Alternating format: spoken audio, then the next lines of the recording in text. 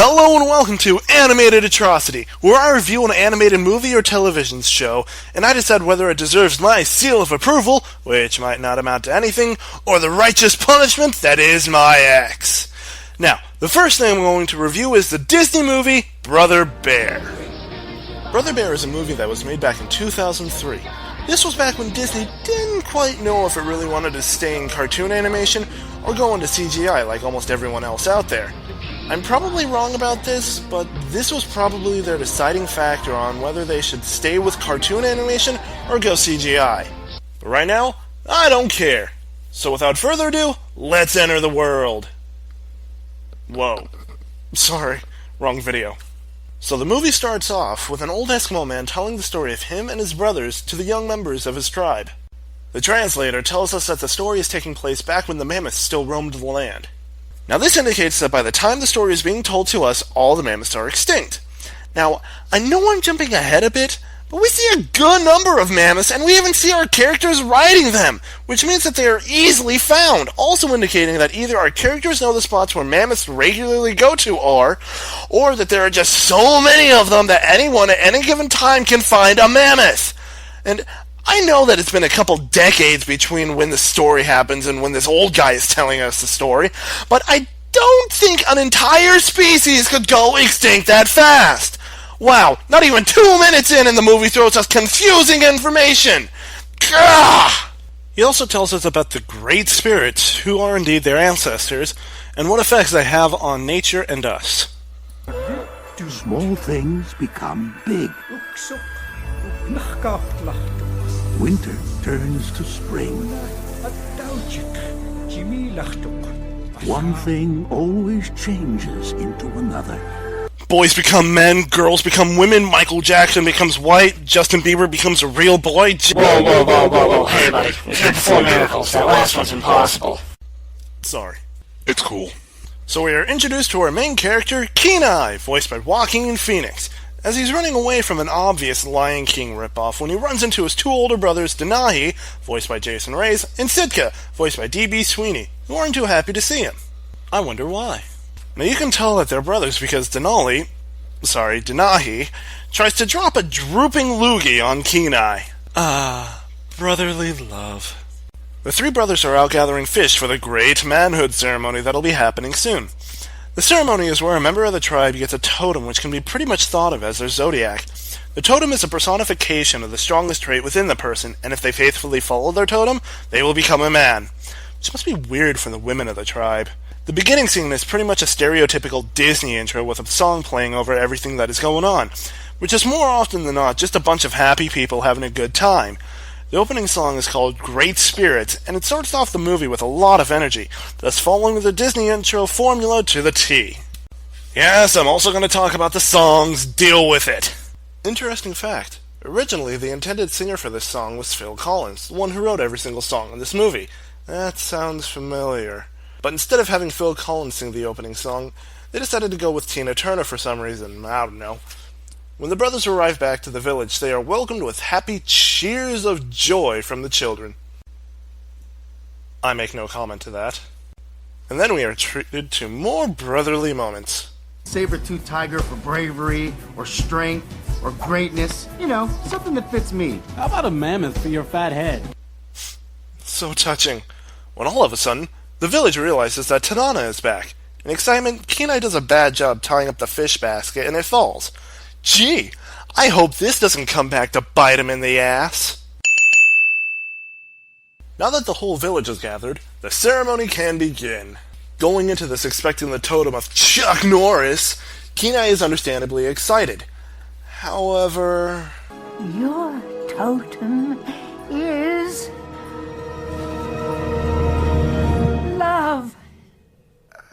What? That's right, he gets love. What did you expect from a Disney movie? Love, hugs, happiness, flowers, and death. Wait, what? Obviously disappointed about the totem he received, he starts moping around, where he is then greeted with more brotherly love! Aww. Sitka comes in and interrupts the brotherly love to give Kenai a life lesson. And then Denahi gets bit in the ass. Speaking of ass biting, remember the fish? That's right, the fish that Kenai failed to properly tie up was stolen by bears. Because of his brother's constant insulting of him, Kenai says that he will go out and find the fish basket by himself. When Kenai finds the basket, he finds it in pieces and discovers that the fish have all been eaten. He then sees a bear and takes the most logical course of action when seeing a bear, which is throw rocks and sticks at it. Now, let's see what the real-life results would be. Doing this to this will earn you a one-way ticket into becoming this. So obviously, this idiot is going to die. Right? Well, of course he doesn't die, but he's knocked off the cliff onto a little ledge. Which is a shame, because this idiot needs to die! But then there wouldn't be a movie. While cowering on the ledge, Kenai... Wait a minute! What the hell happened to the ledge? It freaking shrunk! Earlier was big enough for Kenai to fall on. Now it's so small that he's having a difficult time just standing on it? Yay for continuity failures! Good on ya, movie! Anyway, while Kenai is on the ledge, his brothers come up to his rescue! And since it's a Disney movie, that means someone's going to die. So, what is the percentage of Disney movies with a death in it now? Holy crap! So once Kenai is saved, the epic battle ensues! Well, two epic battles, actually. Sitka versus the bear, and Kenai and Denali versus gravity. But when Sitka sees the bear start to make its way over to Kenai and Denali... Denahi... God, they sound so alike. Sitka realizes that he has to do something, and fast, which is when he sees a big crack in the iceberg. He then proceeds to jam his spear into it and uses it to further break the iceberg, which I don't think is possible in the first place. The spear should have broken when he tried to do that. The crack then spreads far enough to be between the bear and the brothers, which is even more impossible because I don't think a deep crack would spread that far. But nonetheless, the iceberg comes crashing down, taking Sitka and the bear with it. But big surprise, the bear survives. Ah, there we go. But since I want to have a counting gag, I'll be counting all the on and off screen Disney deaths. There we go. I actually give Joaquin Phoenix credit here. You actually get the feeling that Kenai was really anxious and scared when looking for his brother. However, I would be lying if I said that he doesn't have his moments of bad acting in this movie. But I'll get to all of them later. So the village has a very touching funeral scene where Kenai decides it's time for revenge. However, when he tries to recruit Toyota, he learns something very important. Our brother is dead, and it's because of that monster. I don't blame the bear, Kenai. Brotherly love?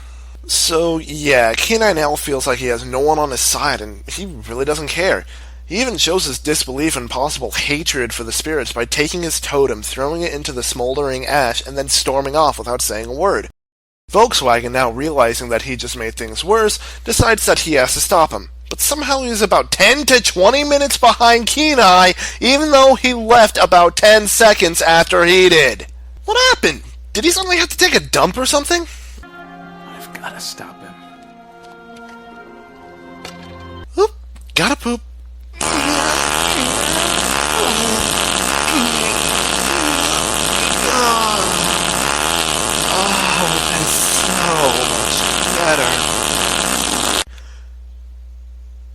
Ew, that was disgusting. Why'd I do that? So the search for the bear has begun. However, the search only lasts about a quarter of a search montage, so that took a long time. When Kenai finds the bear, he tries to fight it after a thrilling chase sequence where Kenai is chasing the bear. I say that sarcastically because the only thrill in the chase is the music, which I will also get into later. And another thing, I call bullshit on this scene because how was Kenai able to keep up with a bear anyway?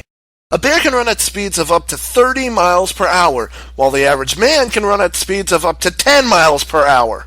So based on that, there is no way Kenai can catch up to the bear. But hey, thanks to the magic of Disney pixie farts, anything's possible. So while Kenai and the bear duke it out, Ford finally is able to catch up to them. Kenai. Whoa. Dude, you got some good eyesight there. The fight between Kenai and the bear is over really quickly when Kenai gets a really lucky shot in. That was a cheap shot. This is when things start to get mystical. You can tell this because out of nowhere, flying blue splooge balls start flying around Kenai. Ew. Why did I do that? Again? These are, of course, the Great Spirits. No, these aren't the Great Spirits. There you go, those are the Great Spirits. They dance around Kenai in animal form, which is most likely what their totems were when they were alive. I just hate to be one of the guys who are fish, especially this one. And then suddenly, Sitka appears, but not really as we know him. Nope, he appears as a giant eagle! Okay. Through all this, Kenai has no idea what's happening, and to a point, neither do I! When I first saw this, all I could think of was, how much acid did I drop before watching this? So Sitka absorbs the bear into the lights, and then lifts Kenai up into the air where he changes him into a bear. And while all this is happening, Camaro was climbing up the mountain. Okay, cool, maybe he'll see all that's happening and be able to help Kenai through. Nope! He shows up right as it all ends. Of course! So as Volvo shows up, he sees the scraps of what's left of Kenai's clothing and a bear, which is Kenai, and comes to the obvious conclusion that the bear killed and or ate Kenai. Right before a bolt of lightning strikes right in front of Kenai, making him fall down the side of a mountain, land in a river that painfully slams his head into a rock, and then somehow safely drifts to shore. Okay, I can accept some of the other near-death incidences that happened earlier. But here is where I draw the line. He fell from the top of a freaking mountain! Hitting the water from that height should have killed him! Or at least broken some of his fucking bones! And what are the chances that he would land in a river deep enough for him to fall from a freaking mountaintop and not hit the bottom? And to put the diarrhea icing on this cocoa shit cake, how does he not drown? I can understand him being able to survive the strong blow to the head because bear skulls might be thicker and denser than human skulls. But I won't accept the fact that he was unconscious and the river's undercurrent couldn't pull him down to his watery death. But instead, he was able to stay afloat and keep his head above water? Bullshit, bullshit, bullshit! This guy isn't Super Bear! This is how it should have happened!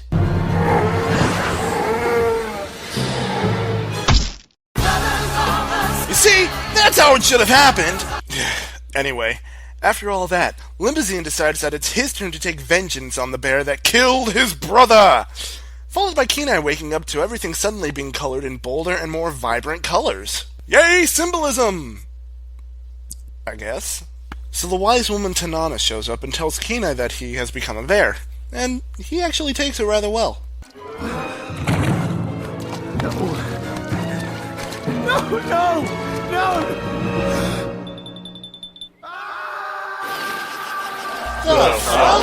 So after a quick boot to the head, Tanana tells Kenai that he has to go to where the lights touch the earth if he ever wants to become human again. So before he can ask how he gets to where the lights touch the earth, Tanana pulls a Houdini and disappears faster than Batman does whenever someone turns around.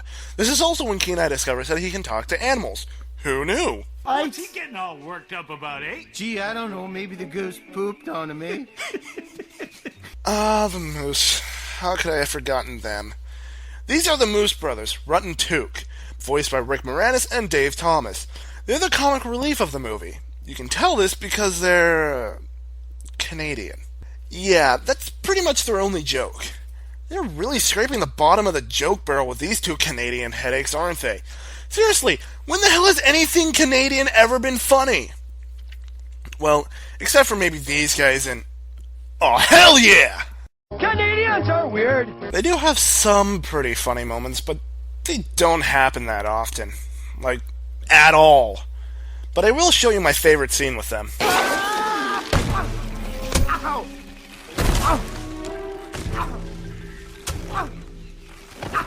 So, you think of it yet? Well, no, but it's driving me nuts too, eh? Ha! When Kenai falls for a trap that most likely he left there when he was still a human, the Moose just leave him dangling there. And then all of a sudden, this thing appears. Oh, good! How you doing? Introducing Koda, voiced by Jeremy Suarez. You can tell he's a kind little cub because of how innocent he speaks and by the fact that he is willing to help Kenai out of the trap. By beating him with a stick like a piñata. Aww, isn't he just precious?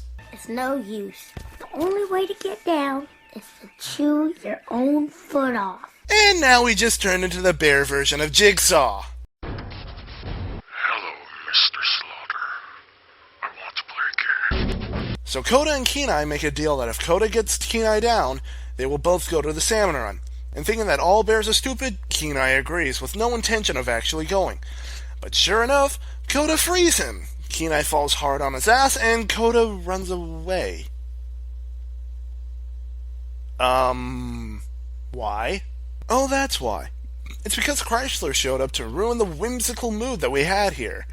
And Kenai, being the genius he is, starts talking to him. But clearly he forgot something rather important. That he's a bear! How do you forget that? So Ferrari tries to kill Kenai. Yay! And Kenai tries to run away and hides in an iceberg where he runs into Koda. After Kenai manages to lose his brother, he discovers that Koda got separated from his mother, and they exchange banter and moves?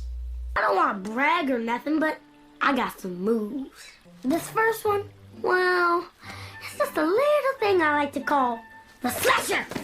And this one I like to call Flying Fury of Death. Very impressive, kid. You've got Jackie Chan shaking in his boots with those moves. However, that could do it.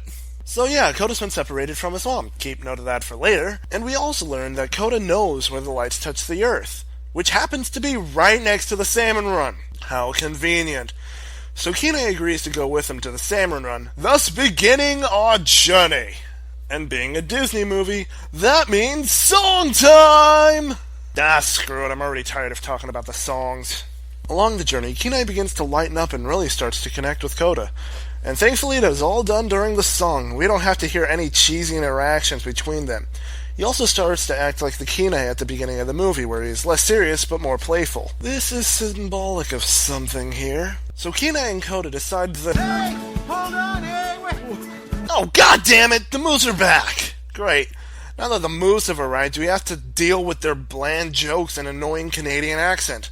Well, at least they aren't joining. And we were thinking if we could maybe just kind of hang out with you guys. Yeah, just hang out, that's right. Yeah, and it'd be fun, you know? Fuck. So thanks to the moose, god, I can't believe I had to say that, Kenai and Koda now know Chevrolet is following them. So how do they lose him?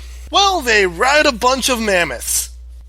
Of course! Wouldn't you? I mean, it's the only logical thing to do in a situation like this.